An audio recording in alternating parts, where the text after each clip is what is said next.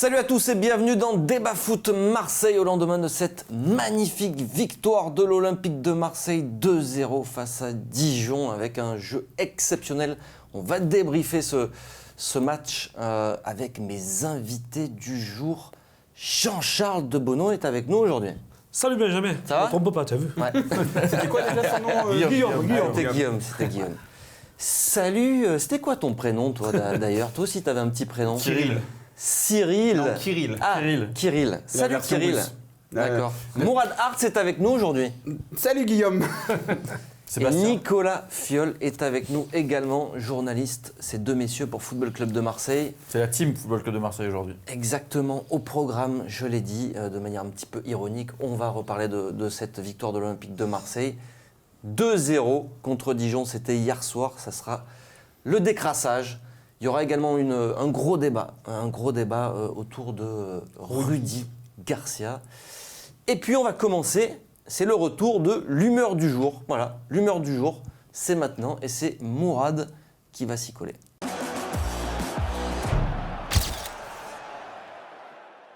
C'est une mauvaise humeur aujourd'hui parce que j'ai été un peu blasé par les commentaires suite aux performances de Mitroglou et Germain. Parce qu'en fait, il faut arrêter de se voiler la face. Mitroglou et Germain, c'est les deux faces d'un même problème. C'est la même chose. C'est-à-dire qu'il y en a un qui est défendu par les supporters et détruit par les consultants, c'est Mitroglou, mais il est nul. Il y en a un autre qui est détruit par les supporters et défendu par les consultants, mais il est nul, c'est Valère Germain. Donc au final, on n'a aucun attaquant qui fait le taf à l'Olympique de Marseille. Alors certes, on est un peu sévère, on a voulu y croire. On peut même prolonger le truc. Il y en a un qui est censé être bon dans la finition, c'est Mitroglou, mais il n'arrive pas à finir les actions. Il y en a un qui est censé être bon dans le jeu, c'est Germain, mais il n'arrive pas à exister dans le jeu. Bref, au final, on va arrêter de se dire, de les opposer ou de se dire « Ah, mais toi, t'es un anti-Mitroglou ou t'es un anti-Germain ». C'est les deux faces d'un même problème. Le problème, c'est qu'on n'a pas d'attaquant de valeur à l'OM, point.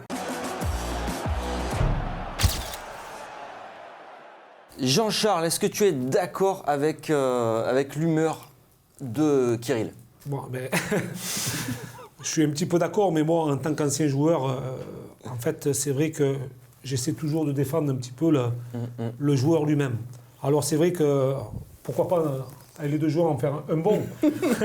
Non, je plaisante. En ce moment, je suis même pas sûr. On va les fusionner. Non, je plaisante, mais en fait, c'est vrai qu'un joueur comme Germain, qui est au poste d'attaquant, mais pour moi, est un 9,5. En fait, c'est pas le véritable buteur, même si chaque saison, il a marqué énormément de buts du côté de Nice ou de Monaco, mais c'est pas l'attaquant de pointe que l'on recherche à l'Olympique de Marseille.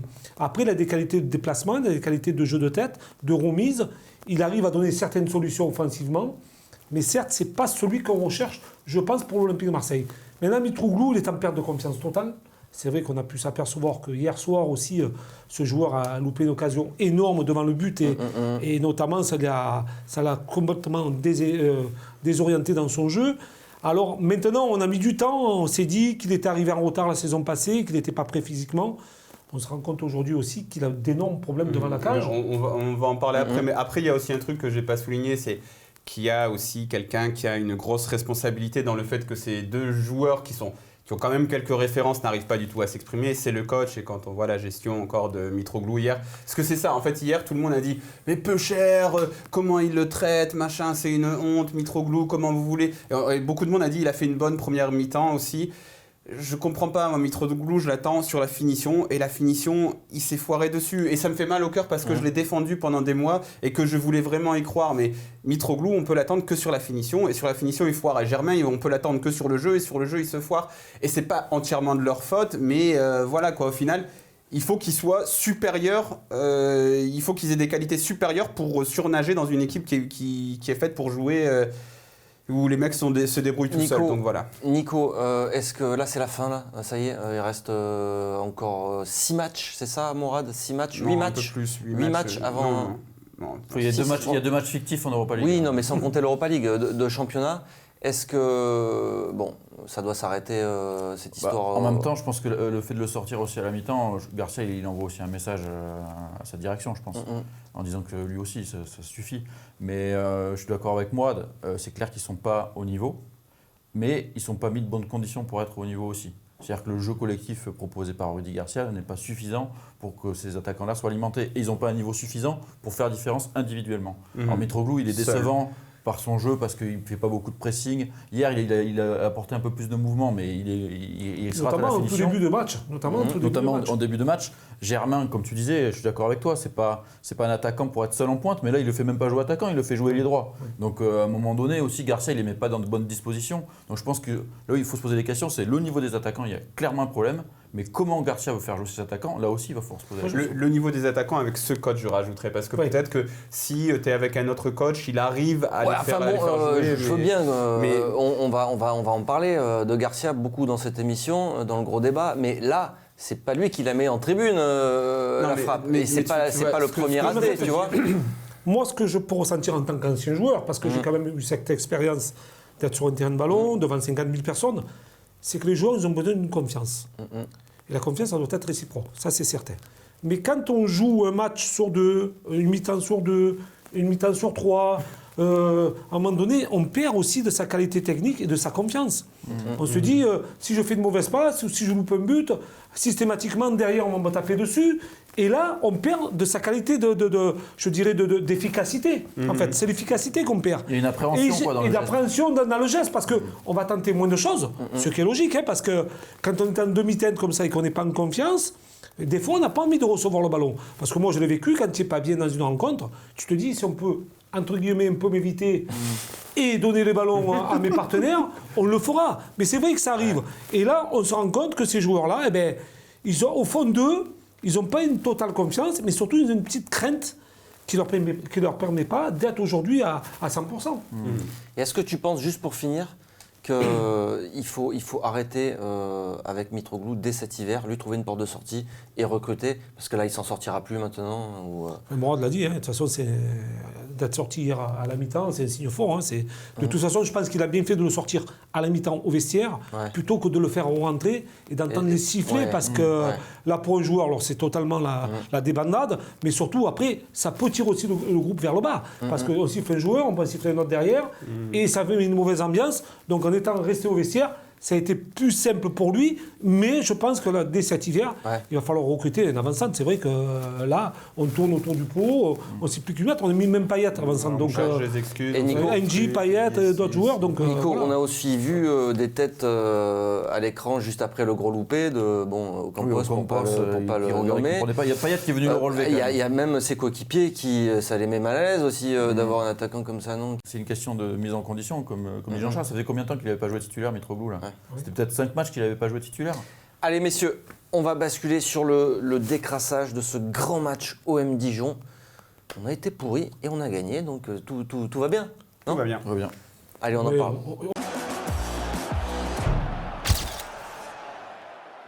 Allez, le décrassage d'OM Dijon 2-0, l'analyse à froid. Qu'est-ce que tu retiens de ce match, Jean-Charles? Je ne vais pas aller très loin. Je pense que les 3 points. Les 3 points parce qu'il fallait déjà se rassurer au niveau de la victoire et notamment au Vélodrome pour essayer de se rapprocher du peloton de tête des 3 premiers.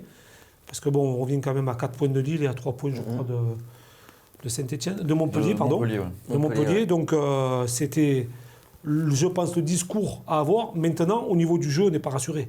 Il faut aussi être conscient que cette équipe de l'Olympique de Marseille ne fait pas un jeu extraordinaire. On n'a pas été transcendant dans tous les domaines de jeu. On était par moments inquiétés aussi par cette équipe de Dijon, qui est une équipe qui est totalement à la cave, hein, parce qu'en 10 rencontres, elle a récupéré que seulement 2 petits points.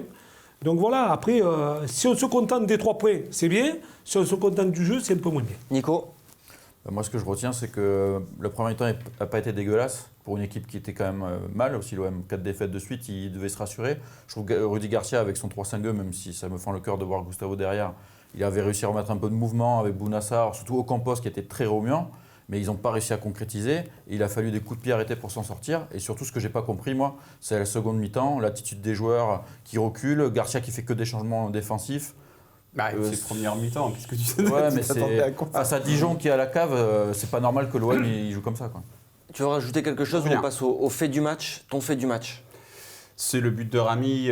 Apparemment, certains le donnent à Ocampos, mais j'ai revu les images. T'es sûr qu'il la touche, Ocampos? Moi, je suis de ton avis. Je pense que c'est Rami qui marque le premier but. Bon, après, dans tous les cas, c'est ce but qui est le fait du match, parce que si tu rentres à 0-0 à la mi-temps, après avoir dominé, parce qu'on va quand même le dire, il y a eu au moins 5 occasions franches pour les Marseillais, sans en mettre une, que tu n'es déjà pas très bien dans les têtes. Si tu rentres au vestiaire à 0-0, peut-être que tu reviens en deuxième période, tu vois, un petit coup de malchance, un truc, Dijon marque, et là c'est la crise complète. Donc le fait du match, c'est ce corner bien tiré de Payet, la bonne déviation de Rami qui attaquait au premier poteau, c'était travaillé, Dalloglio l'a dit, on savait qu'ils attaquaient au premier poteau, et voilà, un corner bien joué, un beau but dans la conception, on va dire. Ouais, parce que je pense que cette 48e minute, parce que c'est la 48e minute, elle est décisive, parce que si tu rentres à la mi-temps à 0-0, déjà le scandale dans les tribunes, et quand tu rentres en deuxième période avec des intentions comme ils sont rentrés en deuxième période avec la crainte d'avoir juste un petit peu d'avance, ça aurait changé totalement. Ça c'est allégé bon. l'atmosphère. T'as un autre fait du match? Non, c'est celui-là, évidemment. Alors, on va poursuivre sur Rami, du coup. Ça peut être bon aussi pour lui, pour peut-être enfin lancer sa saison. C'est un cadre, c'est un leader de début de saison On en vraiment parlait la semaine dernière. compliqué. Nico, c'est tout bénef, parce que là, c'est doublé en plus. C'est lui qui... Mais il réalise un doublé décisif. Après, moi, Rami, sa prestation, elle n'est pas non plus parfaite, parce qu'il n'est pas à l'aise dans cette défense à 3, je trouve. Et je ne l'ai pas trouvé transcendantal. Il n'est pas non plus à l'aise dans une défense à 2. Non, mais oui, c'est vrai, mais il n'a pas été transcendantal dans les duels. Il est souvent un peu mal placé, un peu en retard. Ça cache un petit peu aussi sa performance. Ouais, mais défensive qui a pas été mentalement, folle. ça peut changer pas mal de choses. Mentalement, ça peut changer. On espère, parce que par exemple, au stade hier, je disais à Nico, regarde, à chaque fois que Slity, il sortait sur Slity qui a une bonne conservation de balle, et il lui a jamais pris la balle. Donc c'est vrai que c'est un peu gênant à ce niveau-là. Après, voilà, l'OM n'a pas pris de but, il marque 2 buts, donc on espère que ça va le relancer, que sur la prochaine fois qu'il rencontre un joueur de type Slity, quand il sort dessus, il le croque et il lui prend la balle. Non, mais je pense que la difficulté de l'OM, notamment derrière, là on parlait de Rami, on peut parler de Gustavo, on peut parler d'autres défenseurs, c'est que chaque fois qu'on va se prendre un attaquant qui est vif, on va avoir de grosses difficultés. Parce qu'on se rend compte que ces joueurs-là, par rapport à notre défense qui est beaucoup plus lourde, ça va nous mettre en porte-à-faux systématiquement. Slity qui lui, à chaque fois qu'il avait le ballon dans les pieds, et notamment quand il est rentré, c'est Keita qui Keita, le Neymar qui est rentré, on a eu quand même aussi de grosses difficultés à pouvoir le contrôler, même s'il en a rajouté derrière. Mais on voit que là, le danger est là. Le danger est là. Alors est-ce que, comme disait Nico, c'est vrai que est-ce que Rami, Gustavo, c'est la meilleure paire? Moi, j'en suis pas bien sûr. Je pense que le petit Camara a sa place derrière, même une défense à 3, et de faire rentrer Gustavo dans le milieu. Allez, man of the match. Est-ce qu'il y a un man of the match, Rami, peut-être? Non, c'est Ocampos. C'est Ocampos. Il est monstrueux sur son côté. Il y a un moment, il y a ce sprint qu'il fait à la 70e. Alors, il fait des sprints depuis le début du match. Et à la 70e, il t'en refait un pour revenir après un corner marseillais. Et il termine par un tacle. Il est aussi sur les actions décisives. Il donne en retrait ce ballon pour Costas. Le premier gros loupé de Sarr Costas, il est aussi à l'origine du but. Alors le mec, il est à l'origine des buts et il défend. Des non-buts. Il est à l'origine des non-buts malheureusement. Mais franchement, Ocampos, c'est vrai que ce poste-là de piston gauche dans un 3-5-2, c'est vraiment intéressant. Non, mais surtout, ça soulage, ça soulage l'effectif. On s'est bien rendu compte hier soir que Payet et Thauvin ont fait beaucoup moins d'efforts sur les côtés. C'est vrai. Avec la couverture de Sarr et d'Ocampos, ça a permis une stabilité défensive, surtout les efforts qu'ils ont fournis. Ça me fait rire parce que c'est encore une fois, tu vois, heureusement qu'on a des joueurs qui se sacrifient pour d'autres après. Si c'était plus gros talent. Allez, merguez, la merguez, est-ce qu'il y a une merguez qui fait l'unanimité? Une grosse merguez grecque, ça va être difficile de pas. Il a un raté incroyable, il se fait sortir à la mi-temps.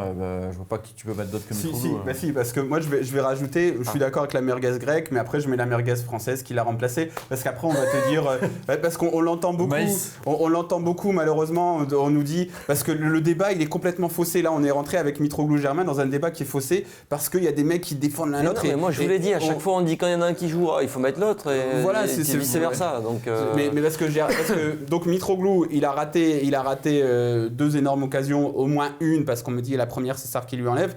Germain, il n'a pas eu d'occasion. Donc là, on est en train de choisir entre la peste et le choléra. Donc est-ce que je choisis entre ne pas avoir d'occasion ou est-ce qu'on choisit entre rater les occasions? C'est notre débat. T'as une autre actuellement. merguez que Allez, moi, Mitroglou je ne vais pas assassiner Mitroglou ou Germain.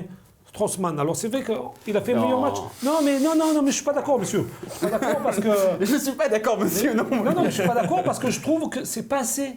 Il est collé à sa défense, il joue latéralement, il n'y a jamais de profondeur, il n'y a pas de vitesse dans son jeu. Alors, Peut-être c'est vrai qu'il a été meilleur. C'est pas assez, peut-être. Ok. Non, mais par contre, il n'a Comme pas joueur été que nul. c'est. Il a pas... Non, je ne dis Oui, pas qu'il a oui. été nul. Je dis que pour la qualité du joueur, comme on nous l'a présenté, Ouais. je trouve que Au c'est prix très qu'il très a peu. coûté. En C'est- fait, au prix qu'il a coûté. en fait, On se prive de Gustavo au milieu pour le Ouais, faire jouer à ça, lui. c'est vrai. La force, Ça, c'est voilà. pas. Ça, après, c'est ça, comme Garcia. Payet. Mais C'est ouais, c'est mais comme oui, Payet. mais faut le On souligner attend aussi. beaucoup de ce joueur, donc ça devient plus facilement une merguez Et oui, c'est vrai. si Ouais, il est en mais dedans, tu si on vois. parle de la qualité pure du joueur, je vais là. Par contre, mais il se démène. Allez Donc, messieurs, voilà, on par va contre, il n'a passer. pas été nul. C'est On ça, va le- passer au gros débat du jour. Garcia va-t-il finir par déprimer les supporters? Oh là là. C'est un sujet compliqué, ça, Mourad, à traiter. Attention, on ne critique pas le Genre, coach. c'est moi qui ai pris Hein ce sujet. Tu prends beaucoup de risques quand même d'aller sur ce terrain-là. Vraiment, tu penses ça, Mourad, qui va finir par déprimer les supporters? Non. Ah,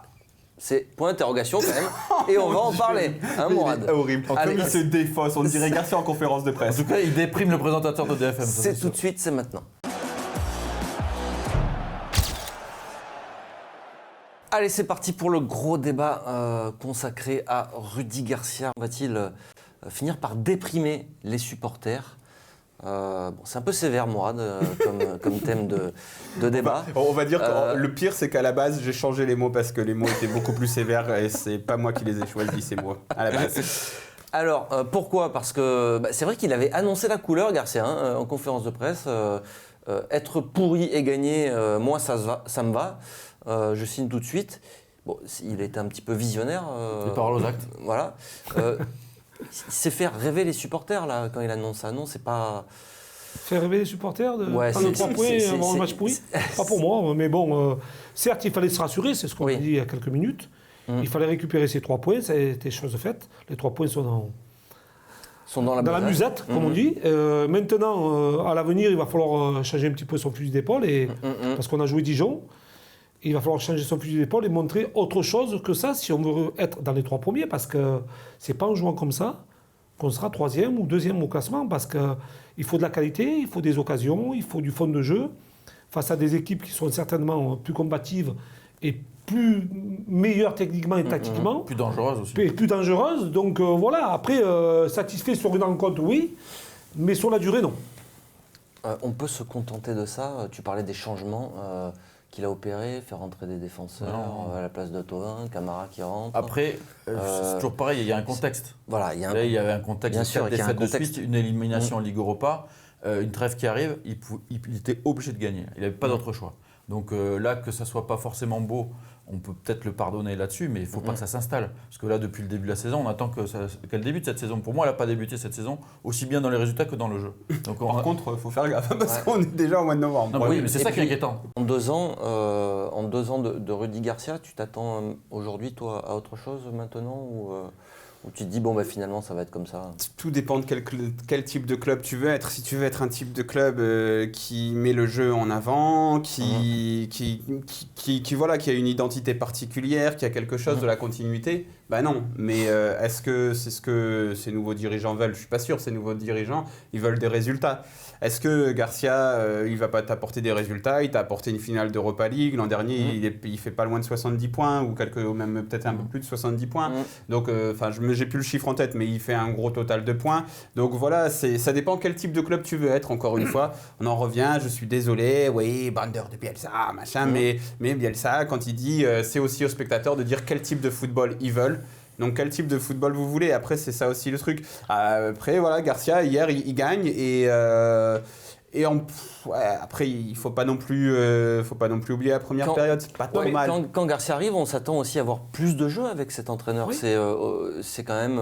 Ce qu'on dit dans la présentation, en tout cas, ce que Jacques-Henri Hérault dit. Oui, et puis il a cette image aussi d'un entraîneur qui fait jouer ses équipes. À Lille, ça a joué. Absolument. Et puis là, tu trouves qu'il fait mieux que ses prédécesseurs, si je cite, je sais pas. Pas vraiment, parce qu'en plus, à sa décharge, c'est lui qui a façonné son équipe. Cette année, on ne peut pas lui dire on lui a mis des joueurs dans les pattes ou quoi que ce soit. C'est lui qui a recruté ses joueurs pour essayer de faire une équipe compétitive, pour essayer de la mener au plus haut possible, mais surtout de mener du jeu aussi, parce que sans jeu, c'est pas possible qu'on arrive à durer. Ça, on ne peut pas me le faire croire, moi. Si on ne joue pas, on ne peut pas durer. Et les équipes qui jouent... Mais t'as l'impression qu'il a cette ambition dans le jeu ou tu as pas? une solidité défensive. Le problème, c'est que tu n'as même pas de solidité mais il y a défensive. d'usure après. Oui, tout à fait, mentalement, il y a de l'usure. tout à fait. Les joueurs, tu sais, quand souvent tu vois des clubs qui arrivent à être dans les 2, 3, 4 premiers pendant 2, 3 saisons, et tu es un banc qui est quasiment le même, il arrive à un moment donné où tu es usé. Tu es remplaçant, tu es usé. Il faut que tu t'en ailles. Donc il faut renouveler. Et là, lui, il a renouvelé quand même, parce qu'il a pris ses joueurs. Et là, maintenant, il va falloir qu'il renouvelle le jeu, sa tactique de jeu. Bon, mais sa tactique avec un schéma à 3 derrière. Il faut lui laisser le temps aussi, on ne va pas lui tirer dessus. Il faut lui laisser le temps. Maintenant, il va falloir que dans les prochains matchs, jusqu'à la trêve, il faut que ça s'améliore. Le temps, il l'a eu quand même. Je le répète. Oui, encore, mais il a essayé, il n'a pas son 11 type. On se rend compte qu'il n'a toujours pas son 11 type quand même. Nico, s'il gagne ces 3-4 prochains matchs qui sont relativement à sa portée. portée, pourquoi 2-3 matchs? Il va jouer Amiens-Reims, après il va jouer Saint-Etienne. Saint-Etienne, Oui. c'est plus compliqué. Et après, il y a encore quelques matchs. Bordeaux. Voilà, donc tu peux arriver à la trève et avoir un nombre de points encore. Bien on sûr, oubliera tout. Bien sûr. Du coup, Je pense on une oublie partie, tout aussi. une partie des gens oublieront tout. Après, moi, je suis prêt à oublier des choses s'ils me proposent du jeu en même temps. Parce que je pense que Garcia en est capable. Par moment, la saison dernière, il y avait des envolées, il y avait des actions où ça combinait à une touche de balle. Moi, je me souviens de triangle entre Thauvin, Lopez, Payet. Ça jouait vite. C'est pas tout le temps comme ça, mais c'est arrivé aussi. Et je pense que Garcia, il peut faire largement mieux. Le problème qu'il y a, c'est que, comme tu disais, c'est qu'il a fait le recrutement, et comme l'année dernière, il fait le recrutement, ça ne marche pas, il change son système, et les recrues ne collent plus au nouveau système. Donc là, il y a un gros problème, quoi. En fait, le truc aussi, c'est que j'ai l'impression, enfin, je sais pas, en tout cas depuis que je suis l'OM, depuis 20-30 ans, que jamais un entraîneur n'a eu autant de confort à l'Olympique de Marseille. Ça n'a jamais existé, ça depuis que je suis l'OM. Donc après, je sais pas, Jean-Charles, peut-être que tu as des souvenirs, mais je suis pas sûr qu'avant ça a été beaucoup plus stable. Mais un entraîneur qui a tout, qui a toute la latitude du club, sur le mercato, il fait 4 défaites consécutives, il n'est pas menacé le moindre du monde. Ça peut être bien, ok, mais par contre, voilà, pourquoi pas donner tous les pouvoirs à quelqu'un? Mais après, tu attends des résultats sportifs, et les résultats sportifs, pour moi, c'est aussi ce que tu vois sur le terrain. Du spectacle. Voilà, du spectacle. Mais le spectacle, le problème, c'est que c'est un truc qui est intangible. Donc on te dit, c'est quoi le spectacle? Regardez, on a marqué plein de buts. Pourquoi vous vous plaignez? Donc c'est ça le problème aussi, c'est que... En fait, il n'y a pas un juste milieu entre l'attaque et la défense. On se rend compte que notre attaque, même si nos attaquants ne marquent pas énormément de buts... En ce moment, ils sont un peu moins bien. En ce moment, mais on est quand même une attaque efficace. Et défensivement, il y a le trou noir. Donc c'est ça qu'il faut qu'il trouve. L'entraîneur, il est fait pour travailler là-dessus, pour donner ses conseils et ses consignes à ses joueurs et à son effectif, pour trouver ce juste milieu, pour trouver l'équilibre. Et après, c'est ce qu'on peut espérer de mieux de Garcia. En fait, Garcia, au mieux, il trouve un certain équilibre. Et si ça tourne, ça va bien tourner. Tu vois, c'est-à-dire que par exemple, l'an dernier, on a vu des matchs où on a fait des grosses entames de match, 20 minutes, on fait des grosses entames de match, on mène 2 ou 3-0 contre Metz par exemple, je le fais. Après, tu peux reculer. Et puis après, tu recules, et puis comme ça tourne, tu fais un contre, hop, ça fait le 3 ou le 4-0, et puis après le 5, machin. Donc si ça tourne, s'il trouve un équilibre, en fait, c'est pas quelqu'un qui met en place des principes de jeu forts, des trucs machin, mais si ça tourne, là par exemple, tu joues 20 minutes, tu mets 2 buts. Après, tu as l'enflammade de l'Europa League, donc les joueurs se lancent un petit peu plus. Tu joues contre des équipes qui ouvrent plus. Voilà. Faire de la gestion de points, parce que c'est ça ce qui fait en fait Garcia. Il fait de la gestion de points, de statistiques, on marque tant de buts. Alors, c'est pas grave, on perd contre les gros, mais au final, on se rattrape contre les petits. C'est un manager, c'est un manager. Il est là pour... si on va plus loin que ça, si on va plus loin que sa déclaration de samedi dernier, être pourri jusqu'à la fin de saison, mais finir 3e, c'est satisfaisant. Il y en a qui seront pour toi, satisfaits. Moi, je ne serais non. pas satisfait. Je veux dire, même quand on a été champion avec Deschamps, je ne me suis pas régalé. Et on a été champion enfin des vrais titres. Non, mais on a été si la champion. finalité c'est champion, à la rigueur, tu Non, te mais dis, d'accord, mais ce que j'ai envie de Mais te ça dire, ne peut pas se répéter. Il a c'est raison, ça. Nico. Ça ne peut pas se répéter. On ne gagnera pas comme ça. Donc là, non seulement on s'en Et on en un a peu, peur, hein. et on ne gagne pas. Donc là, ok, on a fait une finale, mais on n'a pas gagné la finale. Donc on n'a pas gagné et on se fait quand même chier. Donc à un moment donné, il va falloir choisir. Enfin, on n'est pas obligé de choisir, on peut aussi gagner en jouant bien.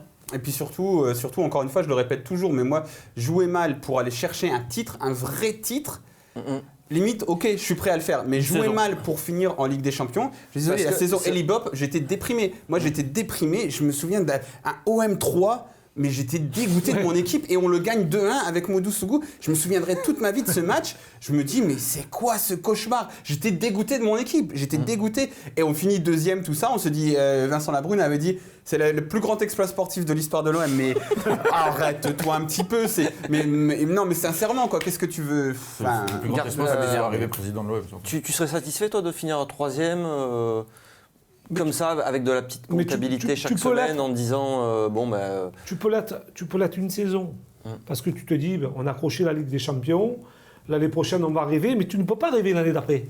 Parce que si tu joues salement en Ligue des Champions, c'est pas sale, salement que tu vas jouer, tu vas être catastrophique. même en Ligue Europa. hein. Et Même puis, en Ligue et puis Europa. on voit avec Elibop, Et ça ne marche, peut pas durer. Ça a marché une saison. Quand la balle, à chaque fois, ça fait poteau rentrant. Si la saison d'après, ça fait poteau sortant. C'est fini. Et bien justement, la saison passée, c'était quoi?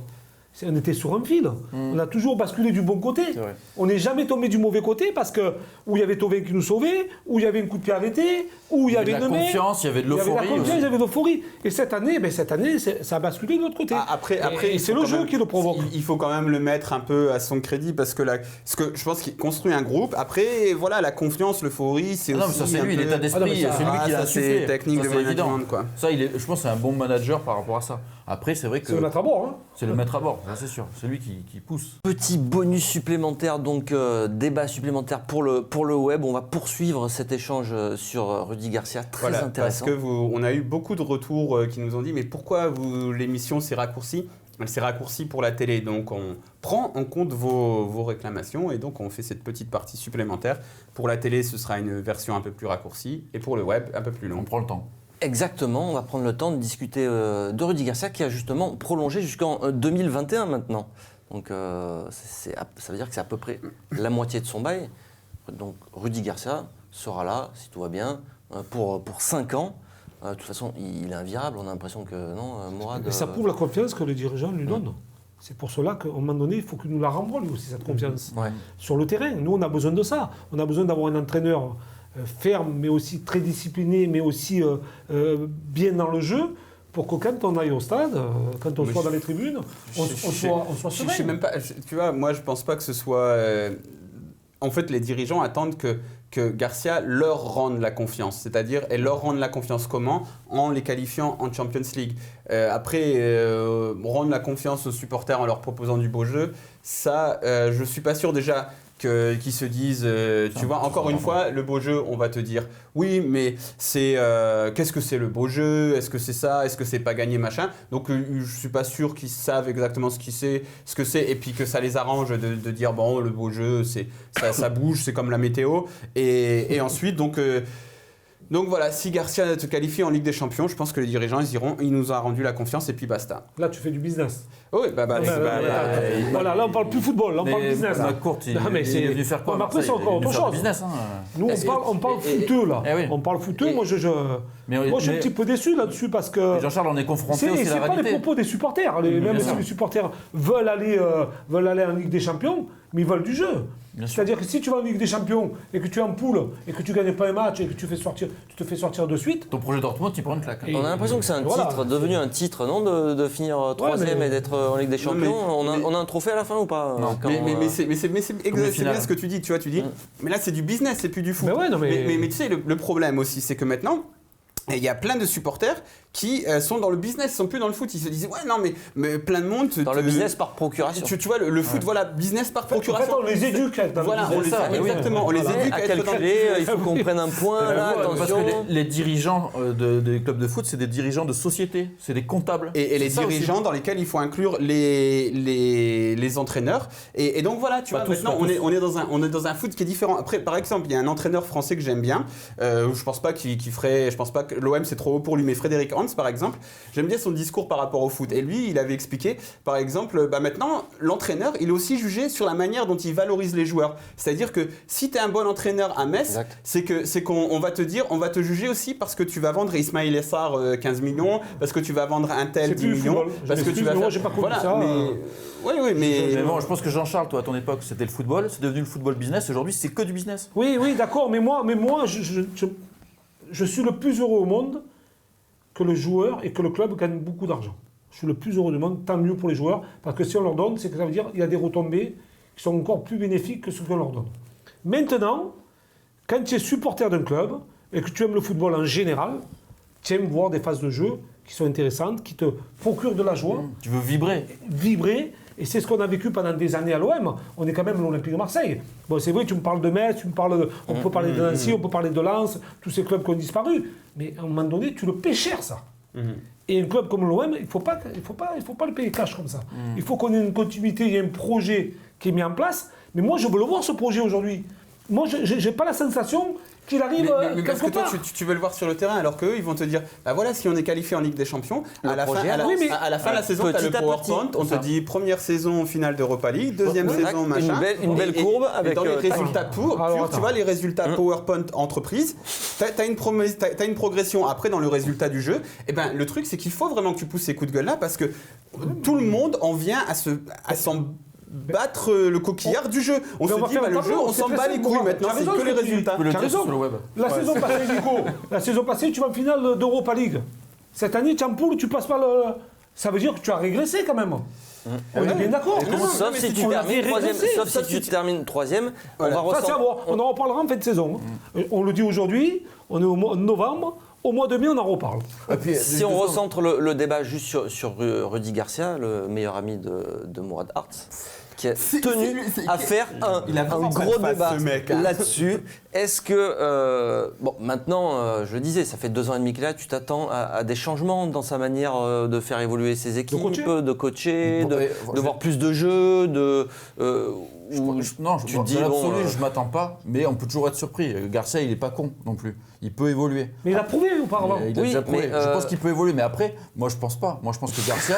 Il peut évoluer, mais je pense pas. Non, mais dans le jeu, je parle. Dans le jeu, je pense pas qu'il peut évoluer parce que c'est un pragmatique. Il veut faire du Deschamps, mais sans gagner. Donc forcément, mais pour l'instant, c'est ça. Deschamps, il a les hommes quand même. Deschamps, il gagne. Maintenant, Garcia, soit il faut qu'il gagne, soit il faut qu'il amène du jeu pour essayer de gagner. Parce qu'en gagnant, en jouant petit, il gagnera pas. Parce qu'il n'a pas les joueurs. Je pense pas. Je pense qu'une fois que tu as la dynamique, elle est bonne, eh ben, tu vas coller des 4-5-0 à Amiens. D'accord, mais tu ne seras jamais champion de France. Non. Même les coupes nationales, là, ils parlaient là, en zone mixte. Les coupes nationales, ça peut être un objectif, mais Paris, ils vont même pas les laisser, les coupes nationales. Ouais, voilà, à part si Paris te laisse les coupes nationales. Et on joue avec le troisième remplaçant. Tu feras un match nul ou 2 contre les gros, tu gagneras, t'éclateras 4-5-0 les petits. Oui, mais et puis, ça ne te permettra pas de finir troisième. Bah, ça peut. Je suis pas bien sûr. Ça peut. Parce que les autres, ils ont d'autres idées derrière la tête. Justement, t'es pas un bon apothicaire. Est-ce qu'il peut nous qualifier, Rudy Garcia, régulièrement? C'est le projet pour la Ligue des Champions. Quand tu regardes un petit peu son parcours depuis 2 ans et demi à l'Olympique de Marseille, c'est l'entraîneur qui est calibré pour ça, pour te permettre de jouer cette Ligue des Champions chaque année. J'espère pour nous, j'espère pour lui. Maintenant, il est arrivé avec Lille, il est arrivé avec la Roma, il sait le faire.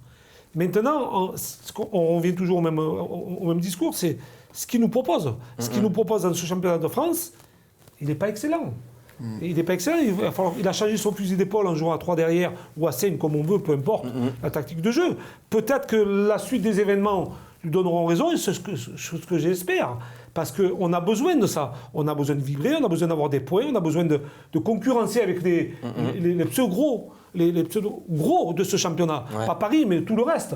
Donc voilà, on a besoin de ça. On a besoin de vibrer. C'est l'OM. Il faut quand même respecter cette identité de l'Olympique de Marseille. Et je trouve qu'aujourd'hui, on minimise un petit peu là-dessus. On ne prend plus l'Olympique de Marseille comme un grand club de ce championnat. On prend l'Olympique de Marseille comme un club de moitié de tableau, un club banal. Et ça, je déplore ça. Je déplore ça parce que je suis un produit pur de la ville et de ce club, comme tant de supporters, parce qu'ils doivent le déplorer aussi. Mourad, s'il ne parvient pas à nous qualifier en fin de saison par la Ligue des Champions, comment ça se passe là? Parce que, mal, mais je pense que... Enfin, je sais pas, mais mal en tout cas, c'est sûr. Parce il est invirable, de toute façon. Il est invirable. Il est invirable, personne n'est invirable. Avec le contrat qu'il vient de signer, ouais, c'est ce que disait, ça va coûter... Ce que disait Mathieu Grégoire chez nos Maximum. amis du Tarpin Bien, il disait ils l'ont prolongé, mais s'il faut le virer, ce sera pas un problème. C'est pas ça, mais il est invirable parce que le président de l'Olympique de Marseille le porte en très haute estime. Pour Jacques-Henri Hérault, Rudy Garcia, c'est un très grand entraîneur, c'est quelqu'un parfait pour le projet parce qu'eux, ils sont dans un truc très corporate et Rudy Garcia, il est capable d'être très corporate. Donc il est invirable pour ça, grâce à l'estime que lui porte Mais Jacques-Henri il est Hérault. invirable tant qu'il sera dans les clous. Parce que s'il Ouais. n'est pas en Ligue des Champions, il ne sera plus dans les clous. Parce que là, c'est financièrement, sûr avec la qu'il masse trouvera salariale une qu'il y a, excuse. Et ça a avec été les répété, frappes en et plus, compagnie, ces dernières là, semaines. ça va être compliqué. Non, mais après l'actionnaire principal, est-ce qu'il n'a pas un autre discours? Parce que lui, c'est pour le business, on vient de le dire. Lui, c'est le business. C'est-à-dire que si tu finis pas troisième, il y a un trou comme ça. Et ce trou-là, est-ce qu'il va le recombler? Il va se dire, est-ce qu'on va faire confiance une nouvelle fois? Ou est-ce qu'il va à dire, notre allez, coach, je vais à le notre faire un peu équipe plus gros, mais je prends quelqu'un d'autre. Voilà, on ne sait pas. Après, c'est Jacques-Henri Hérault se mettra au diapason de l'actionnaire. Hein.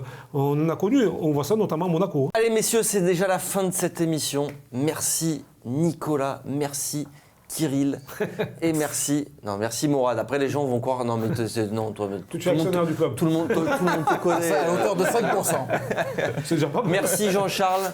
Merci à tous de nous avoir suivis. Prochain débat foot Marseille, ça sera lundi prochain. Émission spéciale, on vous en dira plus dans la semaine avec peut-être un invité Exceptionnel. exceptionnel. Exactement. Allez, ciao ciao.